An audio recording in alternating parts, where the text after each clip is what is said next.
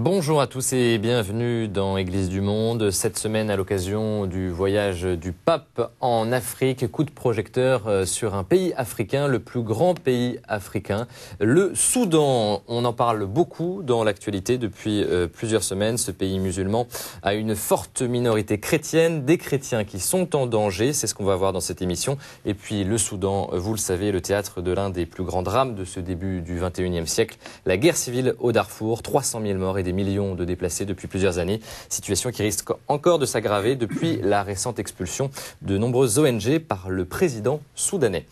Décryptage avec Christian Lochon. Bonjour et merci d'être avec nous. Universitaire, vous êtes un spécialiste du monde musulman et vous avez d'ailleurs travaillé à Khartoum. 6 ans. 6 ans. Pour faire... J'étais conseiller culturel. Voilà, pour l'ambassade de France. Le Soudan, on ne le sait pas toujours, on l'a oublié, mais a d'abord été un pays chrétien avant d'être un pays musulman.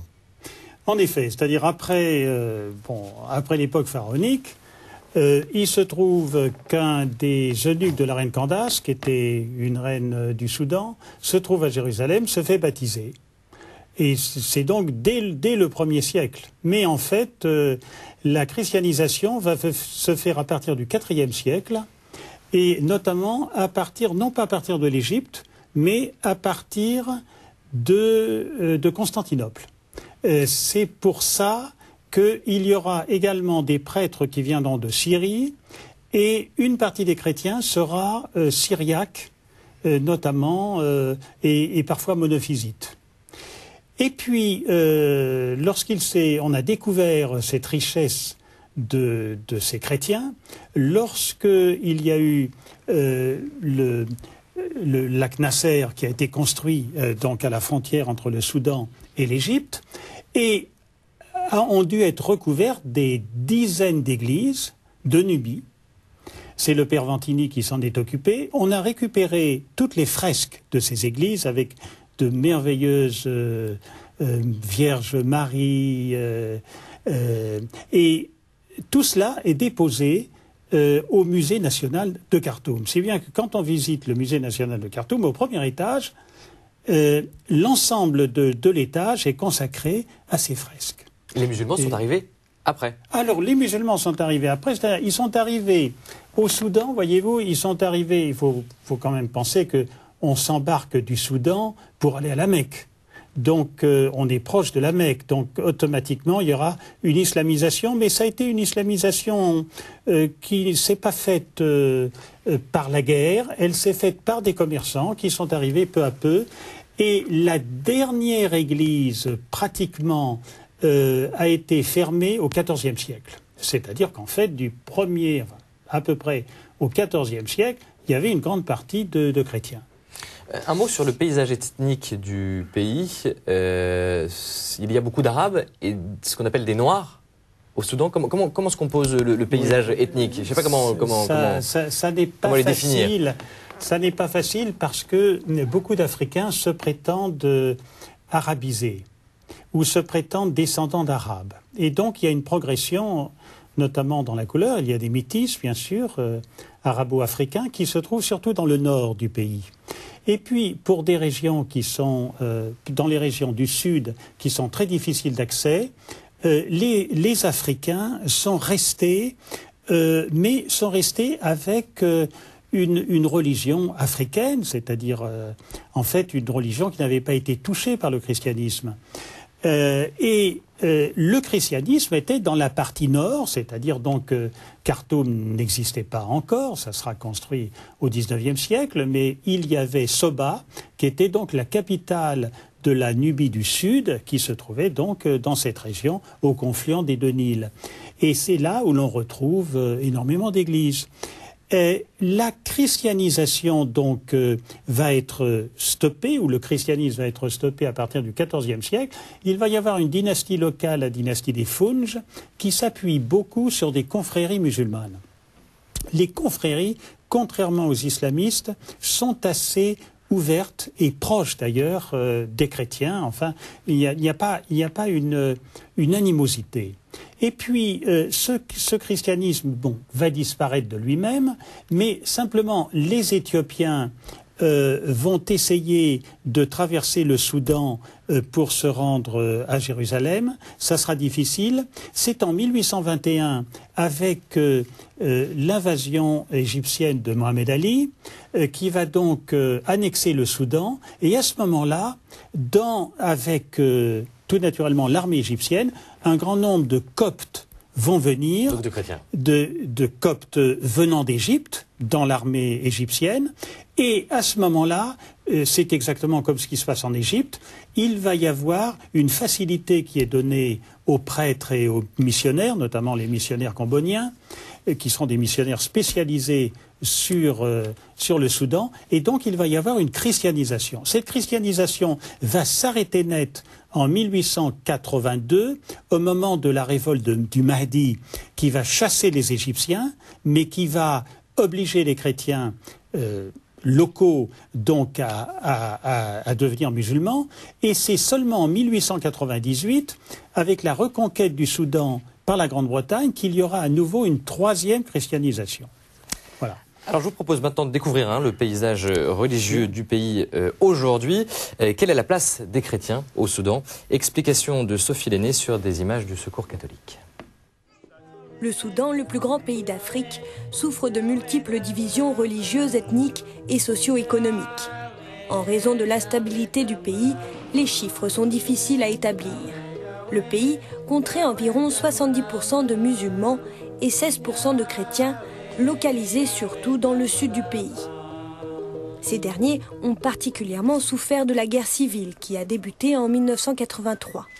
En effet, dans sa volonté inébranlable d'imposer la charia à l'ensemble du pays, le régime de Khartoum s'est attaqué aux chrétiens et aux animistes du Sud. Conséquence de ces 20 ans de guerre, 2 millions de morts et 4 millions de personnes déplacées. Alors que le Sud souffre encore d'attaques guerrières, les chrétiens dans le nord islamique subissent aussi une pression considérable, les musulmans faisant tout pour les convertir à l'islam. La constitution du pays garantit pourtant la liberté religieuse. Mais le président Omar el-Béchir, arrivé au pouvoir en 1989, mène une politique de discrimination. Résultat, des campagnes continuelles de propagande islamique, des persécutions psychologiques et sociales, l'obligation pour les étudiants non musulmans d'étudier l'islam. À cause de leur situation minoritaire, les églises soudanaises connaissent des difficultés insurmontables pour obtenir un terrain pour une construction ou pour récupérer une église confisquée. Quant aux médias, ils stigmatisent les chrétiens et n'hésitent pas à les qualifier d'incroyants. Christian Lochon, les chrétiens n'ont pas toujours été visés. Non, c'est-à-dire que, en fait, il y a eu plusieurs étapes, voyez-vous. Il y a eu l'indépendance du Soudan, 1956, 1er janvier 1956, et tout de suite, il y a eu la peur du Sud d'être, disons, ostracisé dans un grand Soudan. Et donc, il y a eu un effet centrifuge qui a fait que les tribus africaines du Sud-Soudan ont voulu une certaine autonomie, presque une indépendance. Et ça va donc être une guerre civile, mais non pas une guerre religieuse. On ne peut pas parler de guerre de religion entre chrétiens et musulmans. Entre chrétiens et musulmans, à cette époque-là, non. Parce qu'il y a plusieurs époques. Et le régime qui est juste à l'indépendance, qui est un régime civil, vous savez, il y aura une alternance de régime civil, de régime militaire. En 1960, le maréchal Aboud prend le pouvoir et il va avoir une politique de rapprochement avec l'URSS, avec les pays communistes, et donc de désoccidentalisation. Et donc, comme la plupart des cadres de l'Église soudanaise étaient étrangers, c'était des pasteurs presbytériens ou anglicans dans le sud, mais aussi des prêtres catholiques. Et donc, ces personnes vont être expulsées. C'est seulement... Et la guerre civile va devenir en partie une guerre, le film l'a souligné, une guerre d'islamisation. En 1969, le général Noumeiri, fait un coup d'État. Pendant 2 ans, il va un petit peu pactiser avec les communistes. Et ensuite, il va faire une réforme. Lui-même appartient à une confrérie. Et vous savez, au Soudan, les confréries sont ouvertes aux chrétiens. Et donc, le président Noumeiri s'aperçoit qu'une grande partie des sudistes sont chrétiens et il va donc se rapprocher d'eux. Il va y avoir des amitiés célèbres. Par exemple, son ministre des Affaires étrangères, qui était d'ailleurs un diplômé de France, Mansour Khaled, est très lié avec John Garang, par exemple. Il y a des amitiés. John Garang qui va mourir plus tard, par la suite, dans un accident d'hélicoptère. Dans un accident d'hélicoptère après la signature. Il y a eu donc une première signature, les accords d'Addis Abeba, 1972, qui était extraordinaire parce que Noumeiri a imposé un vice-président chrétien. Et donc ça va durer jusque dans les derniers jours du régime Noumeiri. Noumeiri va s'user au pouvoir, il va penser qu'il peut avoir la carte islamiste à jouer avec Hassan Tourabi, notamment, qui était donc à la fois le cousin de Sadek el-Mahdi, mais qui lui est la ligne dure des islamistes, anti-confrériques. Et donc, le régime va non seulement être dur contre les libéraux, mais également à nouveau contre les chrétiens. La guerre se termine en quelle année? Alors, la guerre va se terminer 2 fois. La guerre va se terminer par les accords de 1972 et elle va reprendre avec le régime Bachir, donc qui fait donc un coup d'État donc en 1989 et qui dure jusqu'à maintenant. Le régime Bachir, lui, est un régime qui reçoit d'abord. Il arrive au pouvoir avec l'appui des islamistes et notamment de Hassan Tourabi. Il faudra qu'il se stabilise dans le pouvoir pour laisser un peu de côté cette volonté des islamistes d'éradiquer toute tentative d'être en dehors d'un islam pur et dur. On peut parler de persécution contre les chrétiens aujourd'hui au Soudan? Alors, si vous venez maintenant à aujourd'hui, je crois qu'il y a 2 sortes de choses. Il y a, si vous regardez par exemple les ambassades étrangères soudanaises, vous voyez souvent des ambassadeurs chrétiens. Il y a des hauts fonctionnaires chrétiens. Il y a des ministres chrétiens. Donc on ne peut pas dire qu'il y a une chasse aux chrétiens. Systématique, non.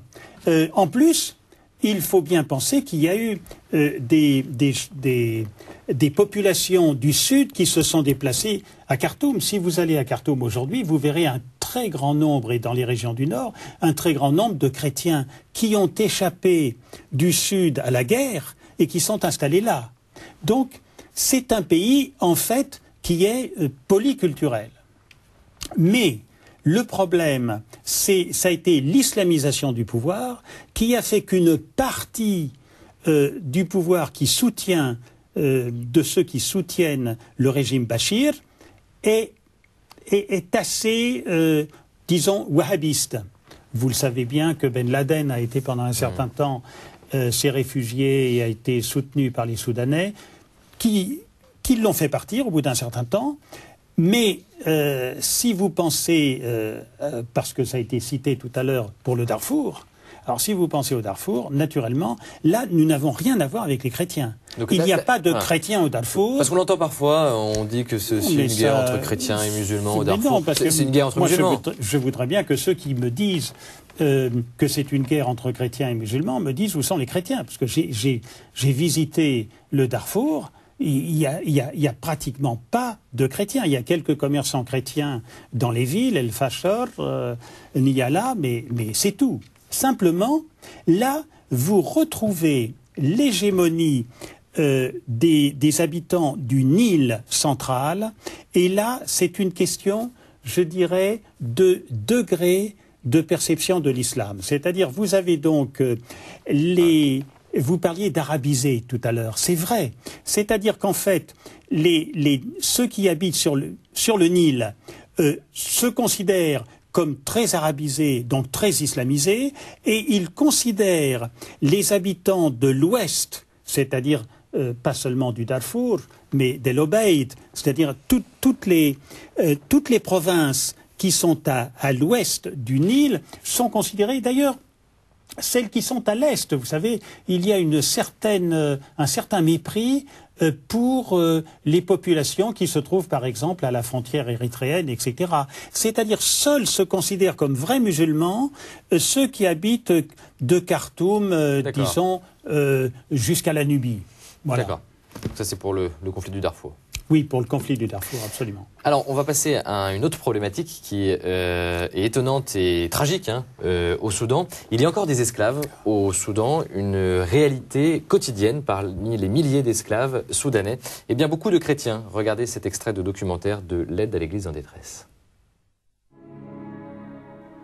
La misère des femmes et des enfants est aggravée par le marché aux esclaves. Selon les témoignages de plusieurs organisations internationales de défense des droits de l'homme, comme les Nations Unies, des soldats gouvernementaux et la milice font toujours irruption dans les villages africains du Sud et dans les montagnes de Nubie, prenant des enfants et des femmes comme prisonniers afin de les vendre comme esclaves, souvent pour seulement 15 $ américains à la tête.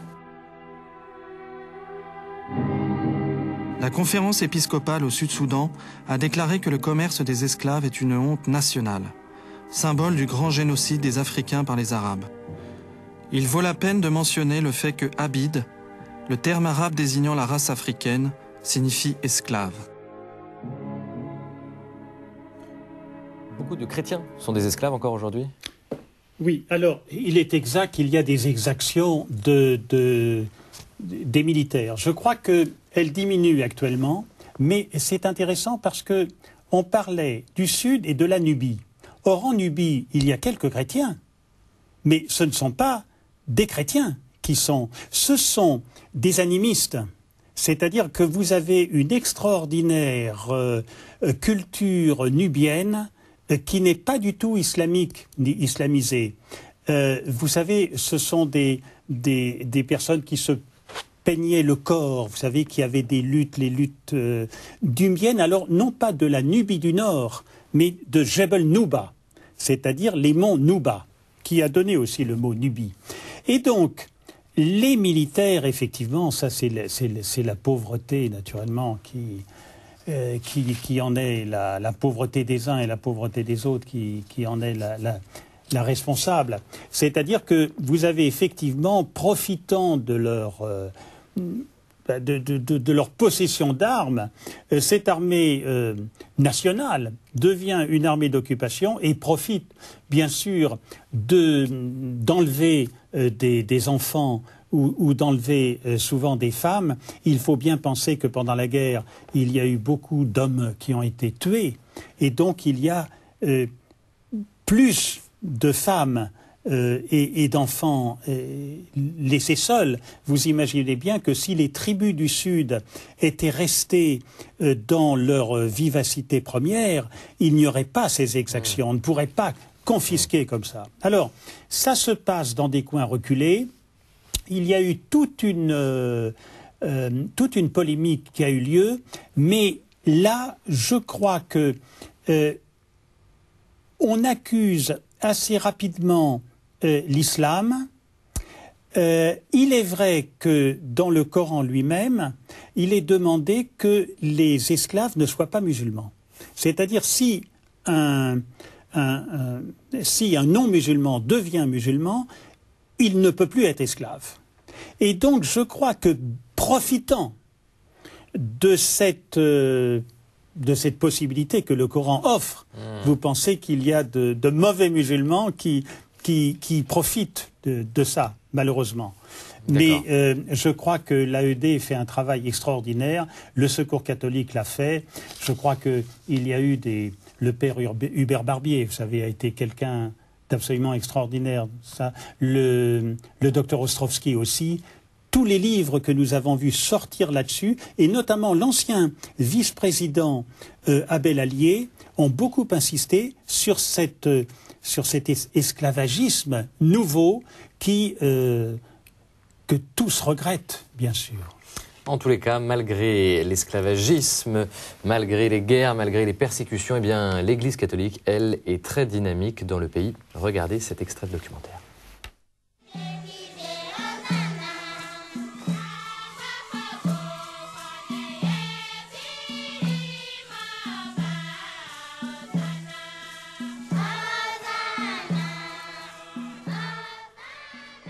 Le Soudan est l'exemple vivant où le sang des martyrs est devenu la semence de la foi.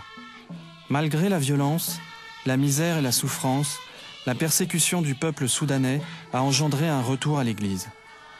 Cette piété s'exprime au cœur de la guerre, comme en témoignent les croix gravées sur les arbres et les cathédrales vertes, véritables chapelles de forêt érigées pendant l'Exode.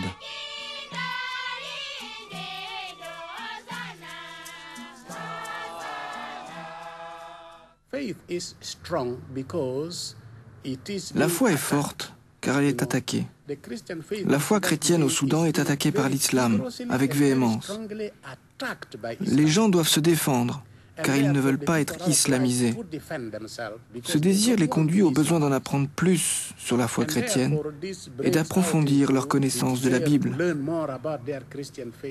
Le désir de mener une vie chrétienne augmente. La participation aux activités liturgiques est extrêmement forte, particulièrement parmi les jeunes.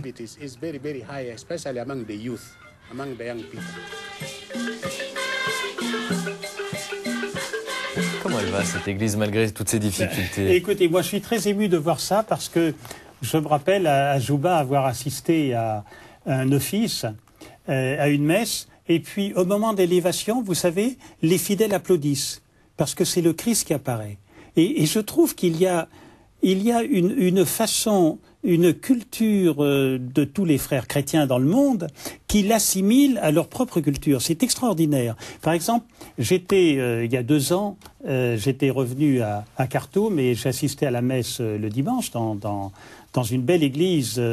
Et au moment, juste après le pater, vous savez que quand on serre la main de son voisin ou on s'embrasse, alors il y a toute une chaîne d'union dans l'église, et tout le monde se tient par la main en chantant. Eh bien, ce sont des gestes absolument extraordinaires qui montrent, le document le fait, une très grande vivacité. Je crois que c'est fantastique parce que ces chrétiens, ces prêtres, ces évêques ont été persécutés, ils ont dû fuir. J'ai connu aussi des pasteurs qui ont fui en se déguisant comme des éleveurs pour ne pas être pris et tués. Et ça, c'est l'Église du Soudan qui est une Église nationale. Ça n'est pas une Église importée. C'est une Église qui correspond... Ah non, mais c'est fantastique. Et vraiment, je crois que l'Église chrétienne au plus haut niveau l'a compris. Il y a dans le peuple soudanais, naturellement, une minorité fanatisée pour laquelle l'islam est la seule religion du monde. Et puis, il y a une élite qui est une élite quand même africaine. Regardez ce qui se passe dans le christianisme et l'islam de l'ouest de l'Afrique. Vous avez des familles qui sont en partie chrétiennes et en partie musulmanes. Et il y a une entente absolument extraordinaire. Enfin, je veux dire que ça n'est pas encore arrivé au Soudan où je ne connais pas, à mon modeste niveau, de familles qui partagent christianisme et islam, parce que nous sommes quand même très près des pays arabes. Nous sommes quand même très près de la Mecque. Mais le fait qu'on vive les uns à côté des autres ne veut pas dire qu'on vit les uns contre les autres. Une dernière question, on arrive à la fin de cette émission. Début mars, le président soudanais a décidé d'expulser des ONG du pays qui travaillaient notamment au Darfour. Qu'est-ce que vous pensez de cette décision? Comment vous l'analysez? Et quels sont les risques de cette décision? Vous savez, il faut dire la vérité. Le président du Soudan est un dictateur. Voilà. Bon. est-ce qu'il représente... c'est un régime qui tient uniquement par la police politique et par... disons, les gens sont extrêmement surveillés. Il reste 30 secondes, voilà. Et donc, je ne pense pas que cela corresponde au sentiment du peuple soudanais dans son ensemble. Ça, c'était très important à dire. Un grand merci, Christian Lochon, pour toutes ces explications. Un grand merci également à l'AED, au Secours catholique, pour leurs très belles images. Voilà, on se retrouve la semaine prochaine pour un nouveau voyage à travers les églises du monde.